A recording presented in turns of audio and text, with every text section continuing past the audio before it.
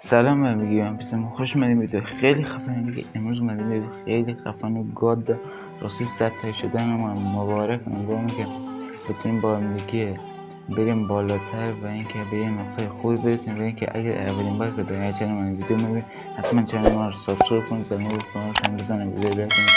چنل من به دردت میخوره، هر چیزی که راجع به فری فایر باشه من میذارم، پس به درد میخوره. و اما ویدیو امروز چیه؟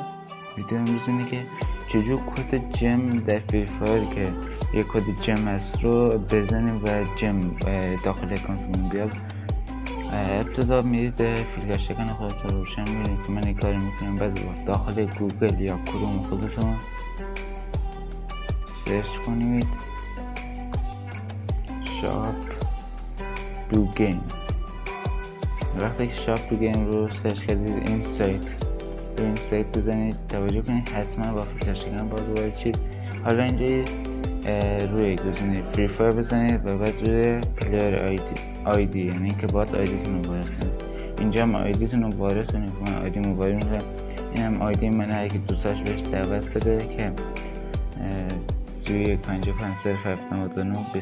این از آیدی من. خب این هم اسم منه، مثلا این قسمت هم که 3 تا خط میتونی اسم اکانت رو ببینید. بعد روی اینجا روی این گزینه میزنید. حالا اینجا کدی رو که گرفتید رو اینجا کپی میکنید و روی این گزینه میزنید و اینکه اکانتتون سریع برش اون تعداد جیمی که هست رو میاد رو اکانتتون و اینکه جیم داخل اکانتتون میاد. خلاصا این هم از این ویدیو. امیدوارم که از این ویدیو لذت برده باشید. لایک و سابسکرایب فراموش نکنید تا دیگه. فعلا